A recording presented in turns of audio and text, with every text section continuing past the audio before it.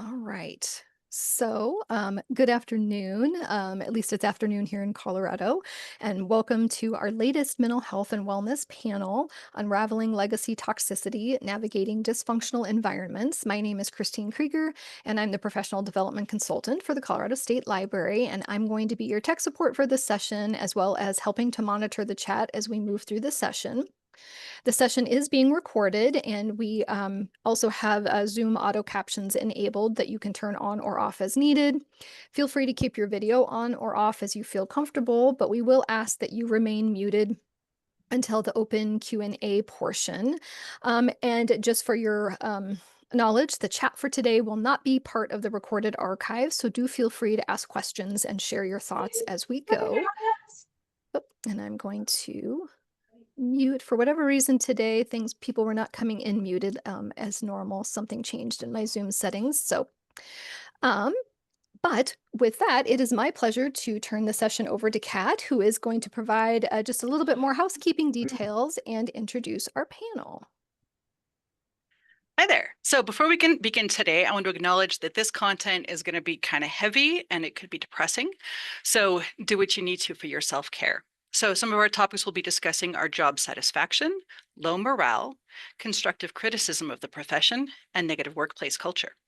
So take a moment of self-care if you need it. I like to shake out my hands and kind of stretch and move my shoulders around a little bit.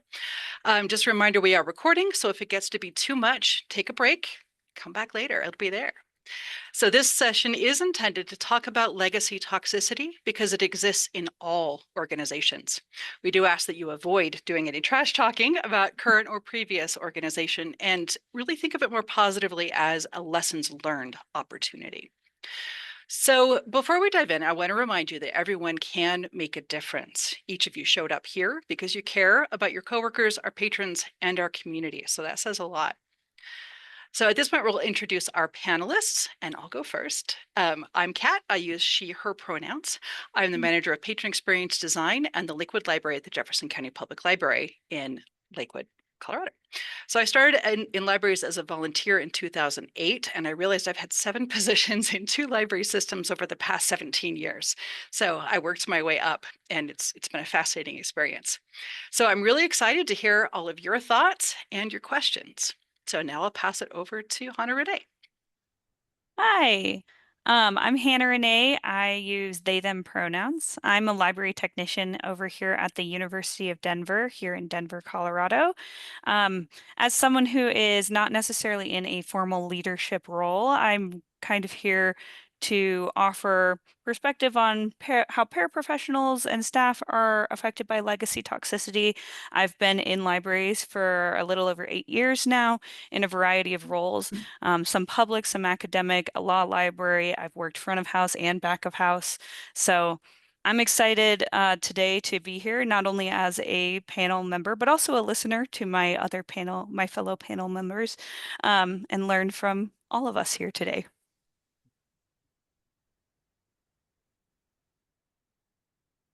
All right, and Nina. Thank you, Kat. Hi, I'm Nina McHale, she, her pronouns. I'm the Associate Dean of Student Scholar Services, also at DU. I've worked primarily in academic libraries for about 25 years now. And in Colorado, before I was at DU, I worked at Redbox Community College and University of Colorado Anschutz Medical Campus most recently. I'm really looking forward to this important discussion today, and my why for this is, to put it kind of simply, early career Nina put up with a lot of stuff that she maybe shouldn't have in the work environment. And this discussion is so important because I think there are a lot of tools and resources out there that any of us can use in dealing with a toxic situation, regardless of who you are in your role in the organization. And I wish I'd had more access to those kinds of tools and knowledge for how to use them. So I hope that our sharing today will help all of you in that respect, regardless of where you are in your career path. Thank you. So for the format of this session, we're going to be doing some pre-selected questions, and then we'll be opening up to question and answer. So please put any questions that come up into the chat, and then Christine will be gathering them for after our main discussion questions. All right, let's jump in. So our first question for the panel is, what are some common signs or indicators of legacy toxicity within organizations or groups? I can kick us off with that one. Like Kat said, no place of employment is perfect. There's a little bit of toxicity everywhere. That's just the way it is. I like to use sort of the dirty laundry analogy that we all have a little bit of laundry to do, but like it should feel like your workplace has like a normal amount of laundry, right? Not a whole bunch of dirty laundry. Um, Sometimes the signs are pretty obvious. You'll see low morale, you'll see high turnover, people coming and leaving very quickly. Sometimes a place will have a bad reputation, but you know, maybe that's the job opportunity you've got and you need a salary, so you take the job. Beyond that, though, beyond sort of the obvious outward signs, things that I normally would tell someone to look for is if something just doesn't feel right. If something feels weird after sort of repeated approaches as to why is this way, if you don't get an answer, or if the answer doesn't feel right, that might be evidence of some toxicity. Trust your gut on that, but also be respectful of different people's work practices. I couldn't say, well, I think this is wrong just because this is how Nina would do it, not because how someone else would do it. Other things that you can look for, any kind of avoidance, if there's interpersonal avoidance, if people won't work together, if there is avoidance of new processes or technology, if there is avoidance of conflict or of resolution of ongoing conflict, that can be another sign too. Unidirectional communication, generally top down, is another perhaps not great sign. There might not be any opportunity for you to provide any input as a frontline employee or maybe as a department head or a unit manager. Processes and policies might be imposed from the top with no room for suggestion for improvement. And also no clarity on the why, that, you know, maybe we've always done it this way, and that's the answer you get when you try to peer into that a little bit. Finally, the last thing on my list for today is if if your management excuse me, or your organization just ignores data. Maybe they don't collect it.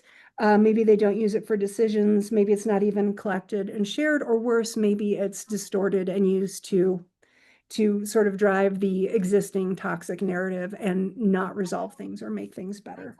Benefit of the doubt. Give your relationship a chance. Unrequited love.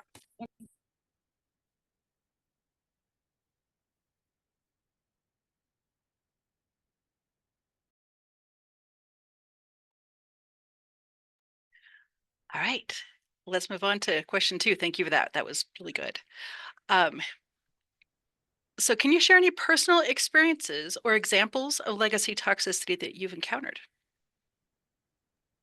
And I can jump in with this one just as like reiterating kind of some of the points that Nina was talking about is I've been in a few different roles where, you know, some of the signs I've seen are those like high turnover, things like that, very like low morale. I used to be in a position with a role that had home delivery services, and home delivery services are fantastic. I want to make that clear up front. I am very pro home delivery services.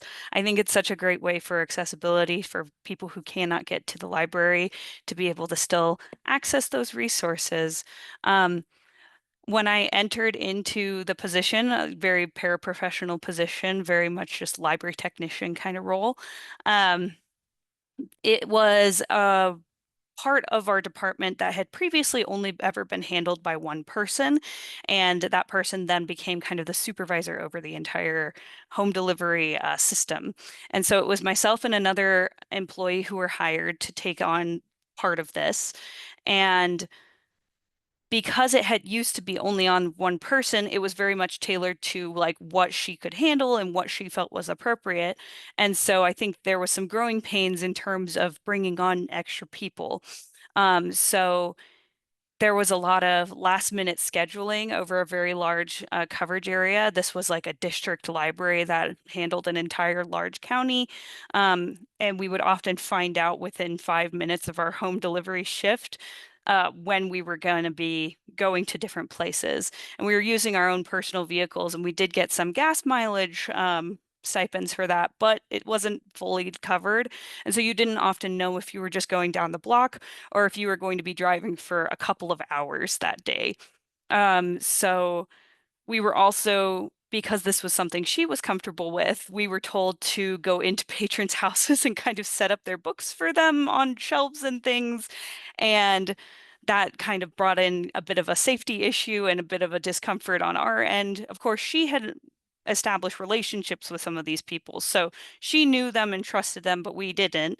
And there was also an expectation that patrons had of us to then perform those services and also for us to hand select their books because it's something that she would take on. So myself and my colleague who had been hired into this role, we had suggestions for improvements and we had concerns, especially some of those safety concerns. But we were told that it was basically this first coworker's baby and that she'd been doing it for so long and it was fine.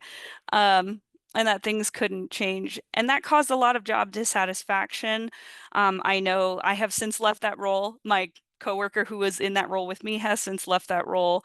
And I happen to know anecdotally former employees have since joined and left that role. I think it's been refilled 2 or 3 times, and that has been only in the last 2 or so years.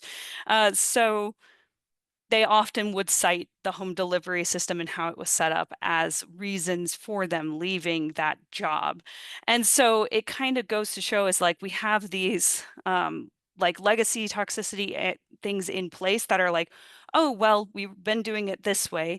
And when you're in a customer service position as well, that then establishes a precedent to your patrons, your customers, however your library calls it in that role, that it will continue, that level of service will continue.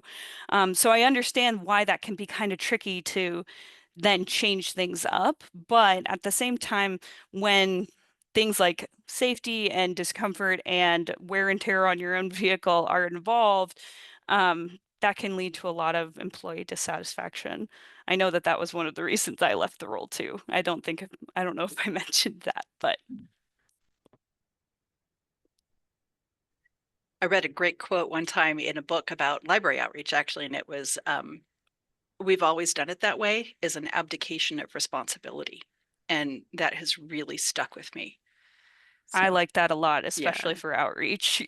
Yeah. Yeah. So just a reminder to, think about how can we improve all the time. So, well, thank you. That was great.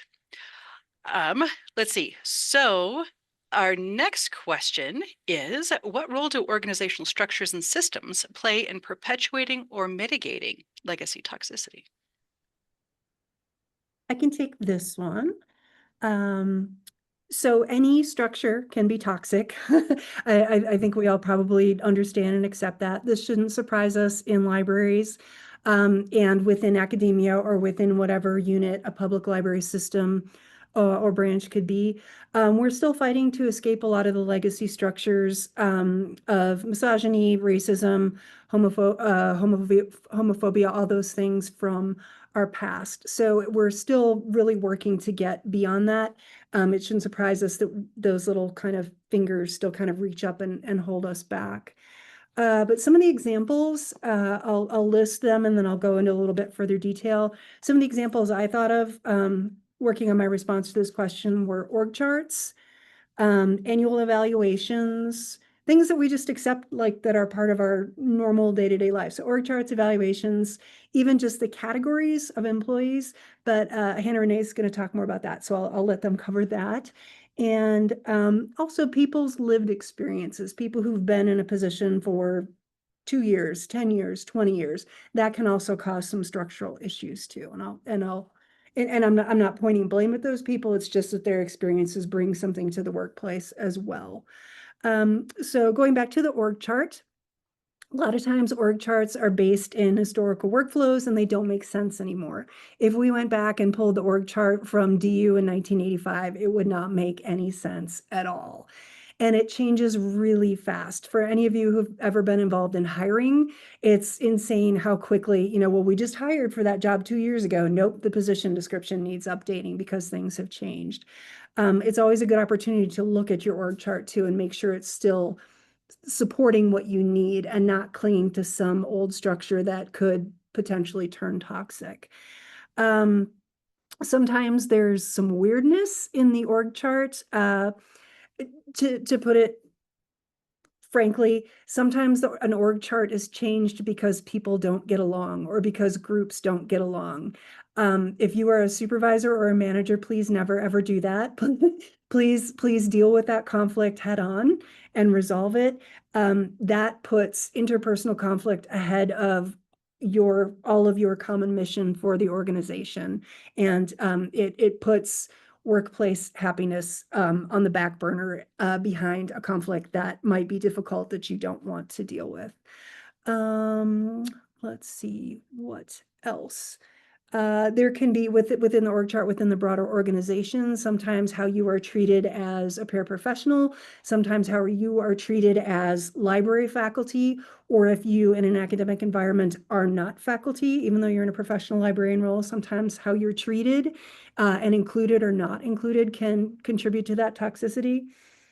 And same thing in any environment, the larger sort of parent organization can have sort of a misperception about what we do and who we are that can have toxic effects and bad effects on morale and productivity. So the second one was annual evaluations. I have worked in 6, I wrote it down. Yes, I worked in 6 academic libraries over the course of my career, and one of those employers included in any means any type of interpersonal skills or soft skills evaluation. I think that's something that is very overlooked. Why does this matter? So it doesn't give us any opportunity, it doesn't give the supervisor any opportunity to check in with employees about how they're doing on that aspect of their job. We put so much emphasis on the importance of soft skills and how that creates a friendly, supportive work environment. But in my experience, it's almost never been part of an annual evaluation. There's never been any sort of structure for how you establish that and how you create this environment that everyone works in together. It also matters because if any of you are supervisors or administrators and you have ever had to engage in any type of personnel action, it's a whole different undertaking than a normal sort of job evaluation. It can be really difficult to know when to engage in a personnel action, and it's often some of the most time-consuming and painful and frustrating work that you'll ever do, and for everyone involved too. It's never fun for people who are involved. As I mentioned, but Hannah Renee, I'll let them cover this. Employee categories can sometimes be a source of friction.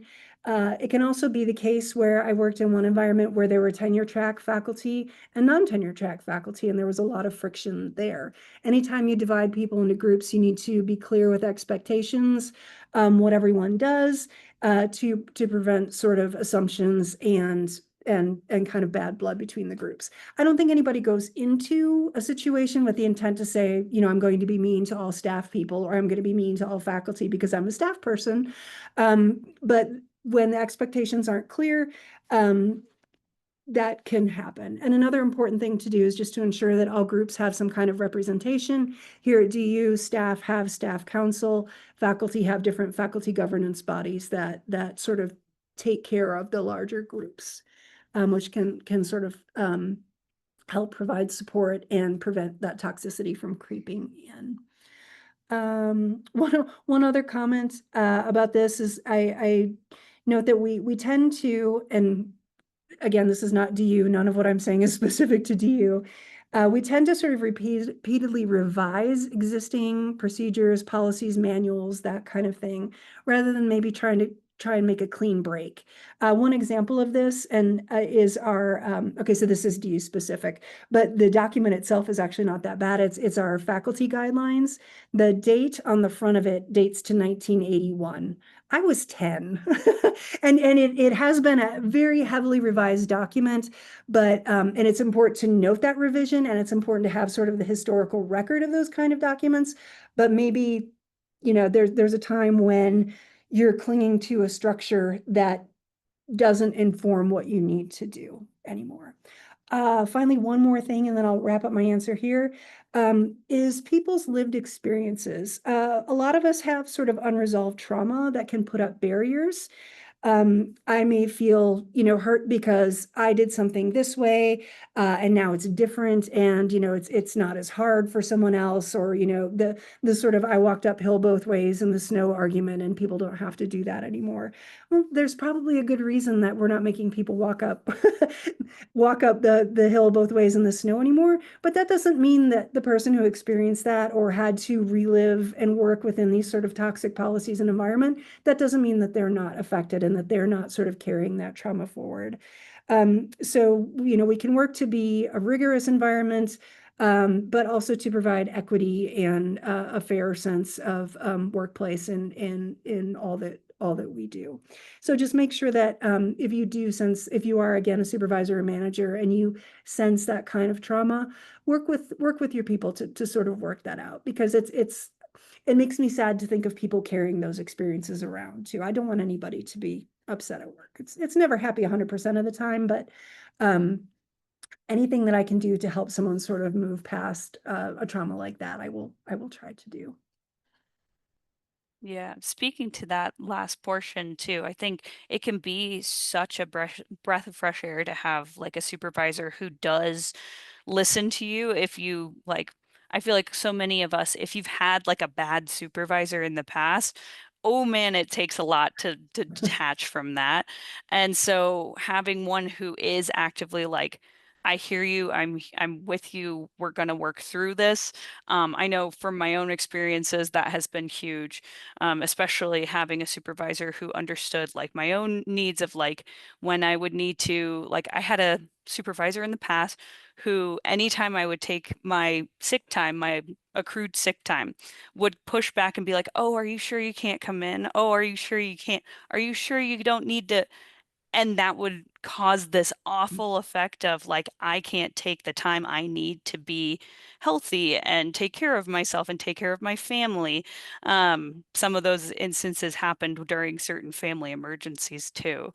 So then coming to a new workplace where they're just like, yeah, that's your time. Do what you need to do. Like, that can be very helpful. It doesn't always completely erase, like sometimes there is still a gut feeling like, what if they, but I know that they're not going to ever deny me that. Mhm. So I think that that was a good point as well. Yeah. Your leave is part of your compensation, and it is yours to use. It absolutely is. Yes. And it's important for you to use that leave. So, Mhm. multiple studies have shown that that's really important to do. So good. All right. Our next question. How can leaders acknowledge and validate the experiences of those affected by legacy toxicity? Yeah, so I feel like Nina and I are kind of taking turns. We're doing a little tennis Yeah, back and forth with tag these. team. So for this one, coming from the perspective of staff, leaders acknowledging and validating our experiences, I feel like first and foremost, active listening, that's kind of a baseline. But making sure that that active listening is not just performing active listening and just being nodding and being like, I hear you, and then no follow up. Like, I feel like that can be kind of a bridge to cross is kind of listening to what your staff say and then being accountable, like and holding yourself to accountable, following up with them and being like, hey, we talked about this the other day, here's what I'm doing and certain steps that I'm taking. When like, how are you feeling about that? I feel like that can help a lot. Also being accountable in terms of um, not only the role that you have in legacy toxicity, but how it grew before you got there. Like, it's not your like it might not be your fault that it's in place.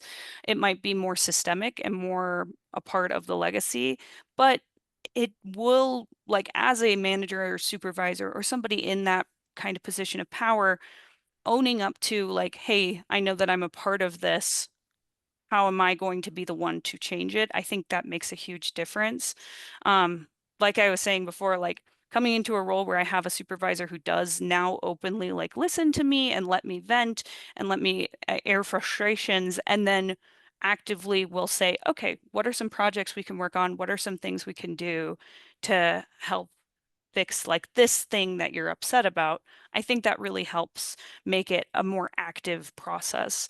Um, and also, with that open communication, sometimes maybe it is out of your hands. Maybe this is a department above you. I feel like even saying that and explaining the why of it, I know Nina likes to bring up the why, and I think that that's such a important thing to point out, is important. I feel like giving that context of, like, hey, I am still in your corner. Here are some of the obstacles in the way. I'm going to do what I can to mitigate that, but I'm here for you. I think that that can really help. Because employees can't always see the behind the scenes, even if it feels redundant to be like, to restate something that seems so, like, normalized in your day to day. It might not be something that your staff sees. And so I feel like having that vulnerability to be like, hey, I can't do much about this, but here are the things I am doing. And, like, how else, and having their feedback into that process, I think can help. Just being in their corner. I think that that's the big thing. Thank you. So as we go to the next question, what strategies or interventions have you found to be the most effective in breaking the cycle of toxicity and fostering a healthier organizational culture? I'll tag back in for this one.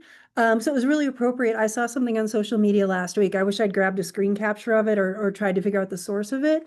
But it was a quote that a fellow librarian shared, and it was that a toxic environment is more likely to change you than you are likely to change it. And that, for me, unfortunately, that's been a reality. It was one of the turning points of my career, was realizing that I had to leave a job and people that I really loved because the environment was only getting more increasingly toxic for me. But my answer to this question is going to come primarily from a supervisory and leadership perspective. That's what I've been doing for about the past decade or so. And the biggest thing I think you need is, if you've just resolved a really toxic situation, in a specific situation, I'm thinking of like a personnel situation specifically, or if you're slowly emerging from something that is broader, more systemic to the organization, you are going to need time and patience to recover. I used the word trauma before, and it is trauma. I still have a lot of trauma from that job that I left, and it's been a very long time since I was in that job. So it will take you time to unlearn behaviors. You might have, remember, in my first answer, I talked about people avoiding things, people avoiding other people avoiding situations, people avoiding making changes to structural parts of the job. You become accustomed to working around these, and changing those behaviors will take months to years. And just to kind of give you an example of this, I led a team that had someone who was such a bully that I knew going in that the ultimate goal, unfortunately, was that the person was no longer employed by this organization. I worked with them repeatedly for up to about 2 years, and nothing happened. And that person made our team environment and the broader library environment so toxic that people would not want to work with our departments. We were all walking on eggshells continuously, to the point where it interfered with just trying to conduct the business of our unit. I'm sort of joking here, but I know this is all too real for a lot of our families too. It's kind of, think of it as, your problematic uncle at the Thanksgiving dinner table, or, the grumpy grandparent that you don't talk about certain issues around, that kind of thing. You get used to sort of tiptoeing around those people because they make the conflict with them so difficult that it's easier to set up this whole other sort of construct, you know, just to get through Thanksgiving or just to get through your next meeting with them.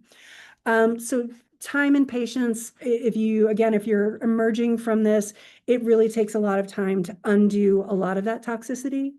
Second of all, as a supervisor or an administrator, it is 100% your responsibility to assume overall, you know, from the top down expectations about setting a positive work environment. One thing that I've sort of experimented with, and I'm still struggling with how to do this a little bit. I've tried this in a couple of workplaces. Is having we see at conferences, it's becoming more popular to have sort of a code of conduct, you know, saying this is how we're all going to operate in this space together, to have sort of kind of ground rules for meetings, ground rules for how we interact with one another. It can be hard to deal with what happens when there are breaches to those. But if we start from that sort of commonplace of this is how we're going to interact, this is how we're going to treat each other, that can work too. So number 3, it sounds corny, and I know some people hate these things, but there are a lot of tools and approaches out there to handling conflict, things like personality inventories, some examples that I've used in previous positions, both as a supervisor and as an employee. Things like Crucial Conversations. It's a book, but it's like a whole approach to how to navigate conflict in the workplace. There are personality inventories like DISC and StrengthsFinder. A lot of people sort of dismiss these as, you know, just sort of pop psychology. But just to give you an example, in one of my environments, I had 2 people, loved them both. They were amazing early career librarians. They did not get along. They could not stand each other. And you don't have to be besties, right, with everybody at work, but it made me so sad because they were both so talented and so good at their jobs, but they just were kind of button heads a lot. We did the StrengthsFinder inventory. There's DISC, there's you know, like a half a dozen of these. We did the StrengthsFinder inventory with an external mediator, someone else who was an experienced library administrator. And the 2 of them sort of discovered immediately what it was that drove each other crazy about each other. Oh, you're good at your job because, you know, these things are of value to you. These are important to you. You're good at your job because these are important to you. But you could see it just click with both of them, kind of how they came into conflict. And it sounds corny again, but it really helped their relationship moving forward. And again, you don't have to be best friends with everybody at work. You do need to have tools for how to negotiate conflict in a healthy way. One of the places I worked, the way that individuals dealt with conflict was you would complain to your supervisor, that supervisor would complain to the other person's supervisor, and it was like this ladder up and then ladder down.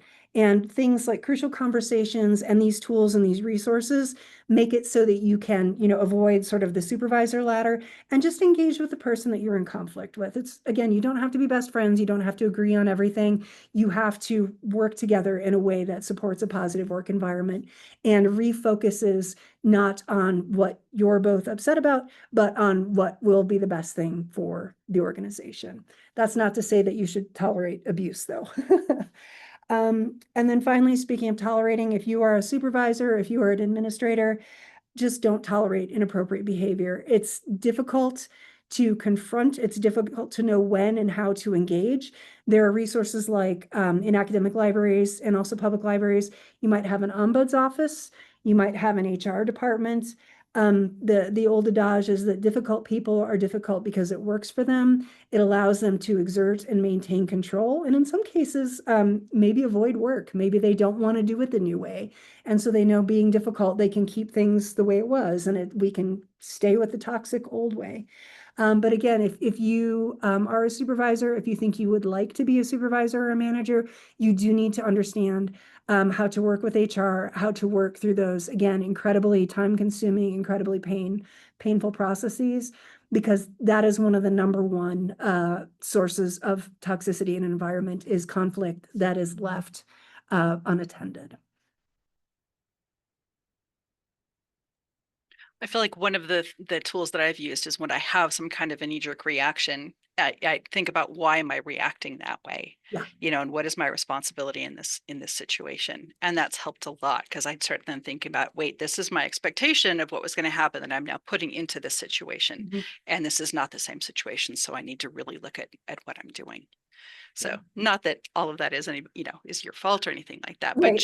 just kind of making sure that I'm reacting in a way that is good and relevant to the situation. Yeah. So And one other thing I'll throw in too, and I don't, I've gotten better about it. I don't know if it's experience, if it's age or what, but I've gotten a lot better at like when like you said, Kat, when you have that strong reaction to something, where is that coming from? Why am I reacting this way? Is it, because I went into the situation like already fighting, like I knew this person was going to be against me from the start. Well, maybe don't approach it that way. Maybe focus on the issue. But I've gotten a lot better. And again, maybe it's an age experience thing, with just saying, okay, you know what, emotion, you go over here. I will deal with you later. I'm going to work on something else right now, and then I'll come back to this conflict and how to resolve it when I'm not so attached to that negative emotion that I'm feeling. thank you. Yeah. Mhm. So in what ways can managers and administration cultivate trust and build relationships in the aftermath of toxic legacy toxicity? So jumping into this one, I just want to say up front, it can be very tough to reestablish trust with people who have already felt disempowered and have felt the effects of toxicity and things like that. I think it can be difficult to get that goodwill back. So I think overall, like still trying and being patient and, you know, understanding that if people have been hurt, they might not immediately go, you know what? Yes, let's go. This is going to be good now. Like expecting some maybe walls to be put up and maybe some people to be on their guard or not willing to necessarily immediately jump into solutions. But leading by example, I feel like when leaders do themselves seem like, no, I'm in it. Genuinely, I want things to improve. I think that that can make a difference. Whereas if you as the leader are also burnt out and doing things like that, that can be tough to overcome. But I feel like I know staff can feel that too and are like, well, if they've given up, why should I put in things like that? So I Mhm. feel like those are things to keep in mind. Um, I think that some things that can happen to kind of try to help rebuild some things is taking a genuine interest in your team's development, both as a unit and as individual people. I know that when I feel like my supervisor is genuinely interested in like my goals and my development as a person, not just not just as a part of this system, but also in my career as a individual. I think that helps me a lot. And I feel like kind of trying to have frank conversations beyond the goals that we are often putting on our like performance evaluations. I know that sometimes those can be a bit of a checkbox, but like beyond that, like what is that employee interested in doing? Like what do they get passionate about? Like I know for me, doing continuing education has been something that's really important to me. And so when my supervisors take an interest in that and are like, "Oh, how are your classes going?" Like, um, like how has that been doing? When they seem to care, it helps a little bit there.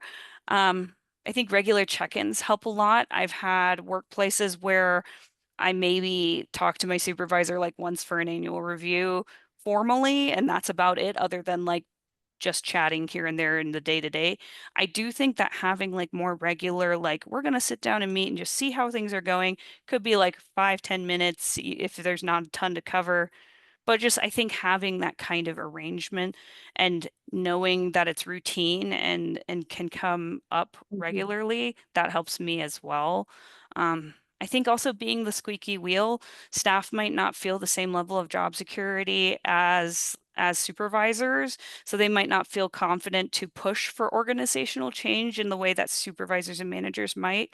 And I know mileage may vary, like certain supervisors and things aren't immune to like having any kind of blowback, but like keeping in mind your position in a job hierarchy, you might have a little bit more sway than your employee who's just like a library assistant and can't really speak up for themselves, or might not feel like they can. Um, I also feel like taking risks and trying new things, like piloting ideas, like saying, Mhm. oh, that change sounds kind of scary, but what if we kind of implement it on a small scale for like a month and see how it goes and report back? I feel like that can at least put your money where your mouth is a little bit and let your employees know that you aren't just going, ah, good idea, and moving on. You're actually putting things into action. And I think that that can help. Um, and then reestablishing agency for your staff too, like that kind of goes back into that taking an interest in them and checking in regularly, but checking in with staff to see if they'd like you to advocate on their behalf. I know that that's something that my own supervisor currently has been like, if I had a concern, she's like, would you like me to say something for you? And it might be something where like you feel like it's implied, but like if it's not like outright stated, there could be a miscommunication where maybe they were just like, oh, I'm irritated about this. And if you take that step, they know that, first of all, you put the ball back in their court and give them a little bit of agency and say that you're willing to do something about it. But also, they can say, like, I need to think about it. I need to think about whether or not that's going forward. I saw something in the chat that was a good point about being sure not to, in those active listening sessions, being sure not to cross the line into being a therapist. And I agree with that. I think it's more so like keeping that boundary in place is like focusing on some of the tangible workplace elements of it, versus like just the emotions and feelings of it. I think validating those emotions and being like, I hear you, I empathize. Here are the steps we can take, like in the workplace.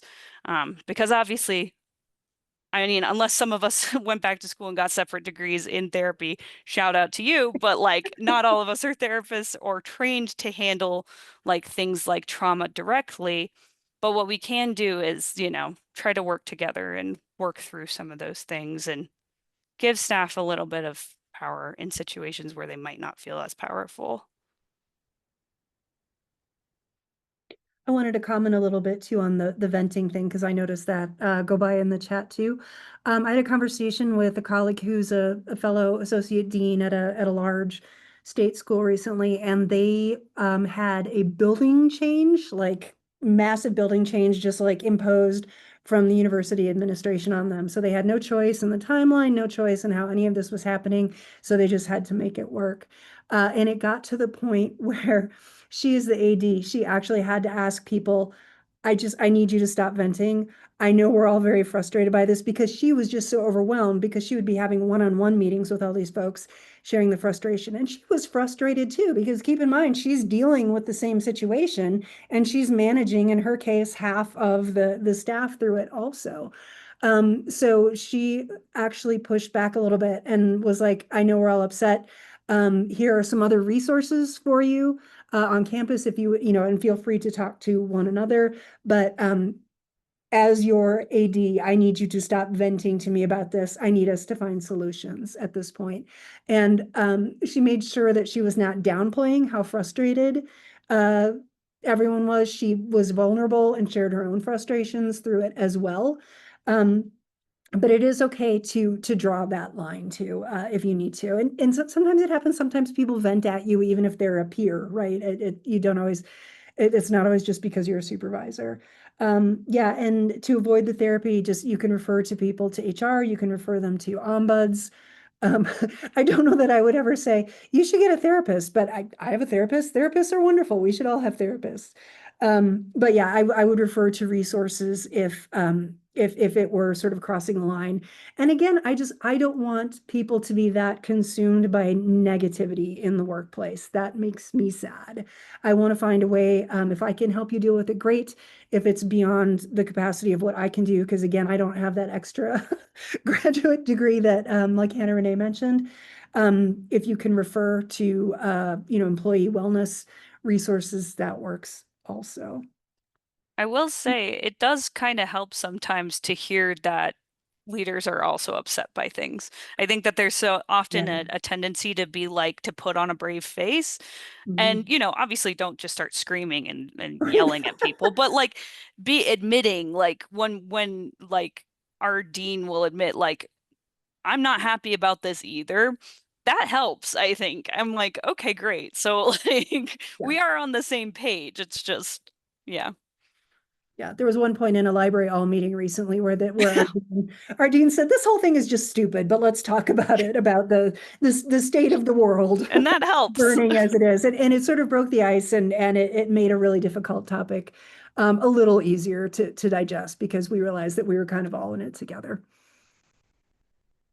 Yeah, I'm a huge Cy Wakeman fangirl, and so many of her things have really helped me. So one of her things is that you need to stay in your lane, but if you're going to come out of your lane, come out helping. Mhm. And so that I think of that often, like, oh, I hate that thing, but how can I help with it? Or what can I do that's a positive, to initiate some kind of positivity around that. And another one of her phrases that I repeat to myself frequently is, given the reality of our current situation, what is our plan to succeed? That, yeah, this is not great, but Mhm. how are we going to move forward? Right. What are we going So, to do about it? What yep, can we do? What can we control? What can we move forward with at this point in time? exactly. Yeah. So these have been absolutely fantastic discussions. So I have seen, I think, a couple of questions in the chat. So I'm going to hand it back to Christine to do that part. So one of the questions that came through early on was a question about book recommendations, and I know there's been stuff in the chat that I am collecting, so I can add that to Libraries Learn.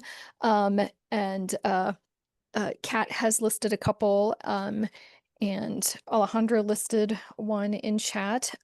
So if people have other book recommendations, or people like experts, podcasts, what have you, continue adding those to chat, because that we can once again collect and share. So I appreciate that question.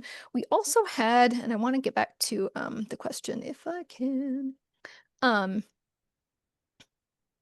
uh, I wrote it down. So if I misspeak at all, because scrolling through chat is a little bit difficult. So how do you deal with the guilt of walking away from a toxic organization and leaving behind good people, the good people that you've been working with, especially if you happen to be a supervisor? I thought that was a really good question.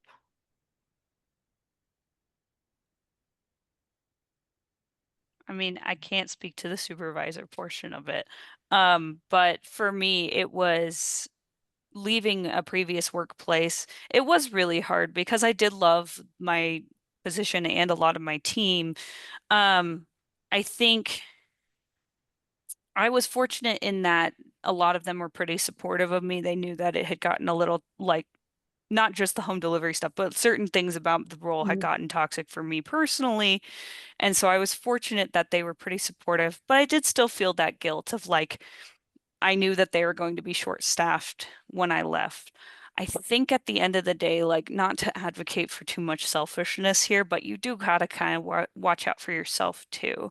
It's Mhm. kind of like that like when they tell you on an airplane you have to put your oxygen mask on before you help other people, you kind of do have to kind of look out for yourself, because I knew that it was weighing on me and my career and my livelihood, and I knew that I was not going to be able to contribute to the best of my ability until I kind of got out of that situation.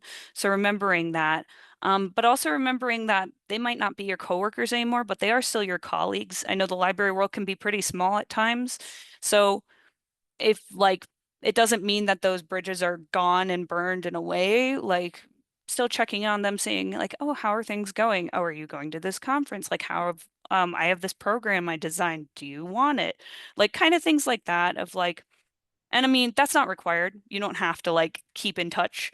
But for a couple of those folks, they were become good friends of mine. So occasionally checking in and being like, oh man, I'm sorry that things seem to still be difficult. But how can we chat together and like, what can we do to, I don't know, help each other out within reason, obviously. Yeah, But it's yeah. when you're talking with somebody who has moved on, it's kind of nice to know that they understand the history of a Mhm. situation. But yeah, being careful not to let it go too far into just absolute venting, and reinforcing that cycle of negativity is not a good thing. So not being Pollyanna about it, not being toxically positive, but realistic about, yeah, that's not good, and how are you taking care of yourself is usually one of the things that I ask. Yeah. I would definitely reiterate what Hannah Renee said about, maintaining those professional connections and offer support. Are you local? Can you go out for lunch, just to catch up? And, again, you're not that person's therapist, but having someone who understands where they still are could definitely be helpful. Or also, like Hannah Renee said, interacting in, are y'all going to Cal? We can catch up at Cal. Um, a couple of times I walked away from, remember, I talked about the bully situation before where I had a team with a bully on it. By the time I moved on from that position, the bully was gone. So I felt like I had done what I can, and I left my team in a really good place. But that's in other situations where I've walked away not as a supervisor. I tell myself I did what I could. There was a really excellent, I'll share the link to it because there's a recording of it. There's a really excellent webinar. It's not library focused, it's academia generally, but it's about knowing when it's time to move on from an organization. And it doesn't have to be a toxic, horrible place. Maybe you've just outgrown each other. Maybe you've given the organization what you could, they've given it to you, and you need to find sort of the next thing. There's a webinar. I'll share the link for that. But the other thing too, we just rewatched, this is funny, the movie Oh Brother, Where Art Thou over the last weekend, and there's a scene where the cousin turns him in for the ransom money, and he looks up and he says, I gotta do for me and mine. We got this depression on. And that just frames for me, I have to do what's right for me and for my family, because in the one job where it was just consuming me, I was taking it home. I was taking it home to my husband. I was taking it home to our kids who were very young at the time. And that's not fair to them. And, sometimes it's a privilege to be able to leave and find someplace else. We would have been okay on my husband's salary for a while, but I did thankfully find something else. And that's not always a luxury that we all have. But you have to do for you and yours. You really have to, they got this depression on.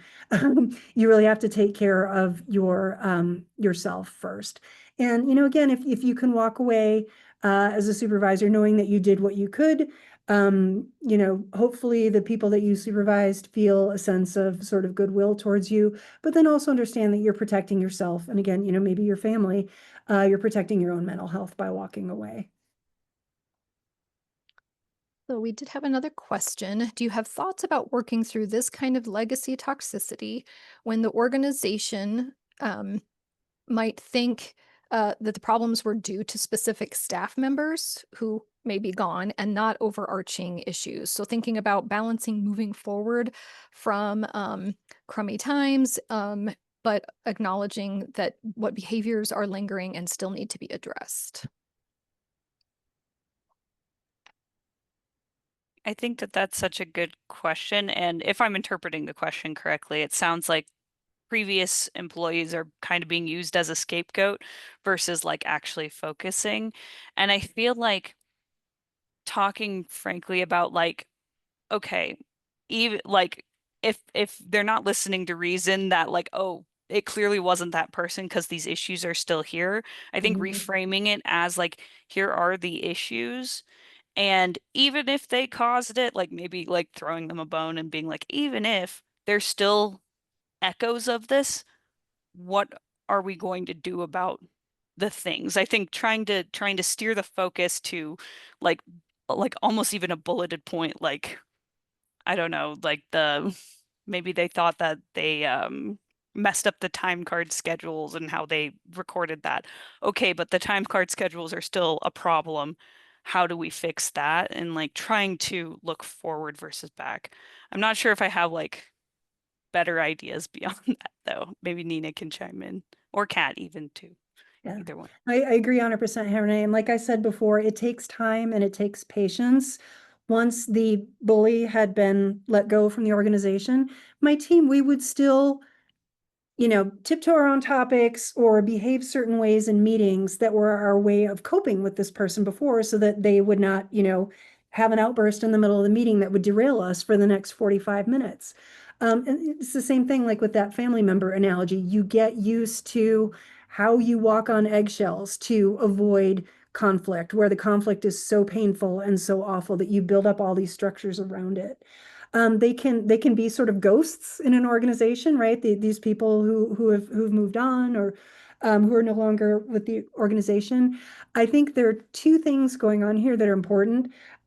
People are processing that as trauma. They are processing their experiences coming into conflict, dealing with these really negative situations. And I think that's the piece, like what you were saying, Hannah Renee, about people kind of still getting caught up. And I think that's what allows those legacy behaviors, the tiptoeing around. I think that's what allows that to thrive. And you can get to a point where it's kind of like with the venting too. It's like, okay, yes, this happened. Yes, this was awful. We talked about it because, this bully really put us through it and made us do things this way. But, that's gone. Let's deal with the trauma together and sort of reframe how we're positively going to do this anymore. Not focusing on like the tiptoeing, but okay, what is our path forward? Sort of the like with the current national state of things, what can we control? What can we move forward with? But again, I think it's important to acknowledge that there's trauma there. I dealt with it as the supervisor. I dreaded meetings with this person. I dreaded my own meetings with this team. I dreaded meetings with the broader library because I knew that this person would cause problems and be disruptive. And then it was kind of on me to sort of rein them in.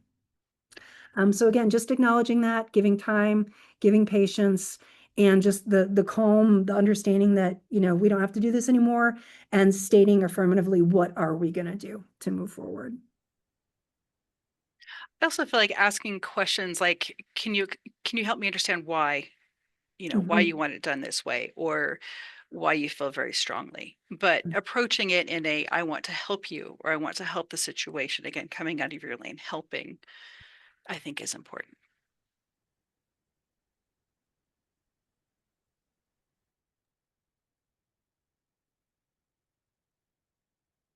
Think I captured all of the questions that were in chat. If by chance I missed one from you, pop it in again and let us know. We still do have a couple minutes. And I'm making note of the books to include. And a new one just came in. So And I just put the link to the Knowing When It's Time to Leave an Organization. That was it was part of the Academic Management Institute, which is a group that's focused on women's leadership. If you're in academia, I highly recommend it.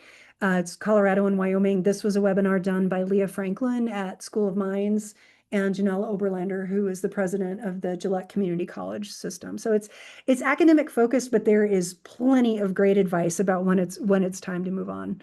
And sometimes it is because of toxic legacy, toxic structures. But like I mentioned before, sometimes it's just, I've had a great time here. I've given what I could to the organization. I've gained what I can, and maybe it's time for a new opportunity. Very short, like about 33 minutes, highly recommend it.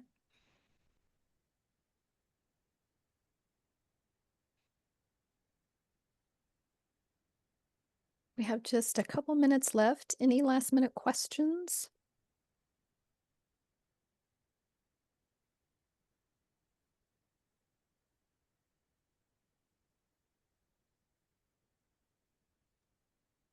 I want to remind everybody to relax your shoulders. Right. I feel like these sessions, your shoulders just get higher and higher to your ears. So just kind of process what your body's doing and try to relax and breathe. Remember to breathe.